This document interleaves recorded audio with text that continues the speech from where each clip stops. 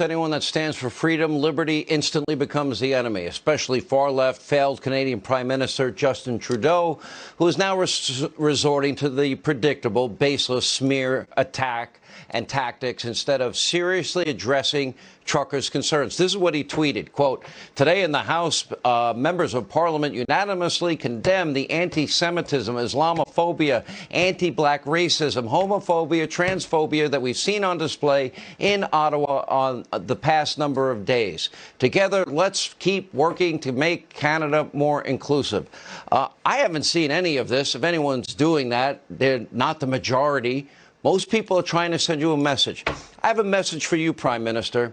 You're a disgrace in terms of being an excuse for a leader, but demonizing hardworking truckers, anyone else who doesn't surrender to your point of view, one-size-fits-all medicine, this is how you lead when you're supposed to be a public servant. It's the complete embodiment of the failed far-left rule, never-ending pandemic power grabs. And the censorship of the left is now targeting the convoy more directly. As GoFundMe has frozen the page for the truckers, they already amassed nearly $10 million because people support them.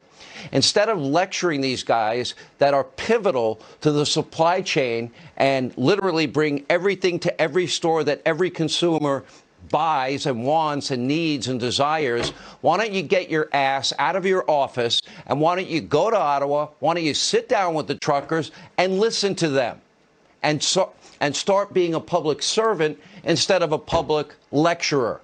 You know, the same people that jumped on COVID grenades every day, like the hospital workers, the farmers farmed, the packers packed, the truckers trucked, and guess what?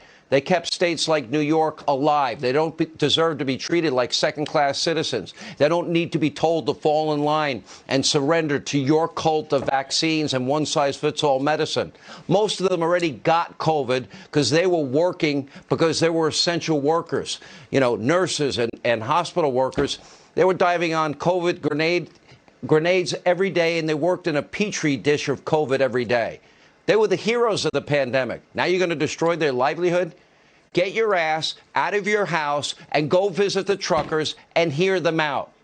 And then you should start listening to them because they make more sense than you do. All right, we got to take a break. We'll come back. More Hannity next.